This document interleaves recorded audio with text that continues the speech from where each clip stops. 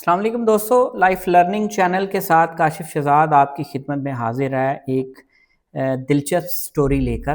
آج بڑا اچھی سٹوری میں آپ کو سناتا ہوں اور بڑی سبق آموز ہے، آپ لوگ غور سے سنیے گا اور ویڈیو پوری دیکھنی ہے آپ نے۔ ایک شخص بغداد میں رہتا ہے، بغداد میں نہیں بلکہ وہاں سے کہیں اپنے عراق کی بات کر رہا ہوں کہ وہاں پہ رہتا ہے۔ یہ پرانی کہاوت ہے، پرانی بات ہے، کہیں سے مجھے نظر آئی تو میں نے سوچا اس پہ ویڈیو بنانی چاہیے۔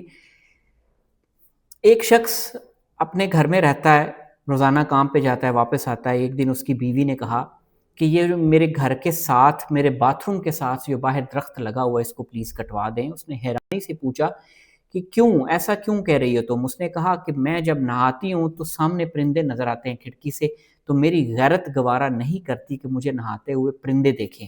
وہ شخص بڑا متاثر ہوا، اس نے اگلے ہی دن بڑئی کو بلا کے وہ درخت کٹوا دیا۔ اس نے کہا میری بیوی تو بڑی با حیا اور با کردار ہے کہ یہ تو گوارا نہیں کرتی کہ کوئی پرندہ بھی اس کو ایون دیکھے نہاتے ہوئے۔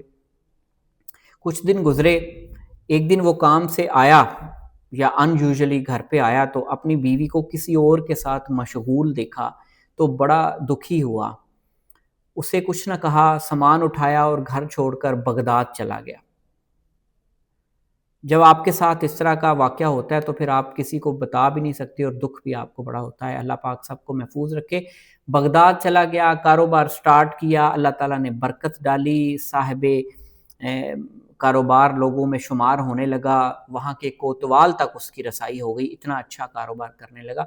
ایک دن کوتوال کے گھر پہ چوری ہو گئی، اس نے پتہ لگانے کی کوشش کی، کوئی بندہ نہ پتہ چلا، تو اس نے دیکھا، چونکہ اس کے کوتوال کے ساتھ تعلقات اچھے تھے تو یہ آتا جاتا تھا، اس نے دیکھا کوتوال کے گھر پہ ایک شیخ صاحب، کوتوال کے پاس ایک شیخ صاحب آتے ہیں تو لوگ اس کی بڑی تعظیم کرتے ہیں۔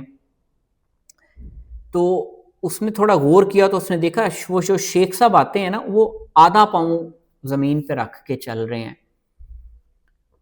پورا پاؤں نہیں رکھ رہے۔ تو وہ بڑا حیران ہوا، اس نے ادھر ادھر کے لوگوں سے پوچھا کہ یار یہ شیخ صاحب پورا پاؤں رکھ کے کیوں نہیں چل رہے؟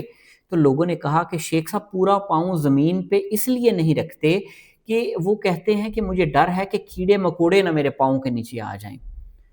تو جو فوری رسپانس تھا اس کا، تو وہ کسی بھی بندے کا وہ یہ ہوتا ہے کہ یار ماشاءاللہ شیخ صاحب کتنے نیکوکار ہیں اور بڑے پرہیزگار ہیں، لیکن فوراً اس کا ماتھا ٹمکا اور اس نے جا کے بادشاہ کی خدمت میں حاضر ہوا۔ تو بادشاہ کو عرض کی، جان کی امان پاؤں تو کچھ عرض کروں۔ بادشاہ نے اجازت دی، چونکہ اس کو جانتا تھا بادشاہ، تو کہتا ہے بادشاہ سلامت، آپ کے گھر جس نے چوری کی ہے وہ یہ شیخ صاحب ہیں۔ بادشاہ نے کہا یہ کیسے ہو سکتا ہے؟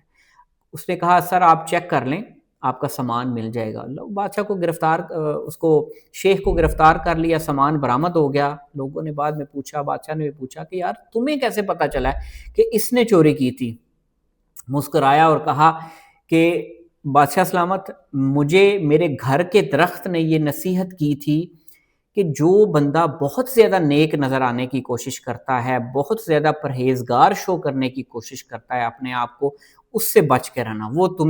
وہ اندر سے کبھی بھی وہ نیک اور پرہیزگار نہیں ہوتا، وہ برائی پہ مائل ہوتا ہے، اور وہ انسان اس سے بچ کے رہنا اور اس سے خبردار رہنا۔ تو اس لیے مجھے شک ہوا کہ یہ بھی اتنا پرہیزگار نہیں جتنا یہ شو کر رہا ہے۔ تو سبق اس کہانی سے کیا نکلا کہ حضور والا میرے آپ کے ارد گرد بہت سے ایسے لوگ ہیں فیس بک پہ، ٹک ٹاک پہ، جو اپنے آپ کو بڑا نیک شو کرنے کی کوشش کرتے ہیں، نمازیں بھی پڑھیں گے، محراب بھی لگا ہوگا، یا حجاب بھی کریں گے، چاہے وہ میل ہے یا فیمیل ہے، جو بھی اس کو کہہ لیں نا، تو انسان ہے نا ہم لوگ، تو بڑے پوسٹ ان کی الفاظ یا تصویریں یا ان کے ایونٹس کیسے شو کریں گے جیسے ان جیسا نیک پوری دنیا میں ہے ہی کوئی نہیں، لیکن ان کے ارد گرد والے، ان کے رشتہ دار ان سے تنگ ہوں گے۔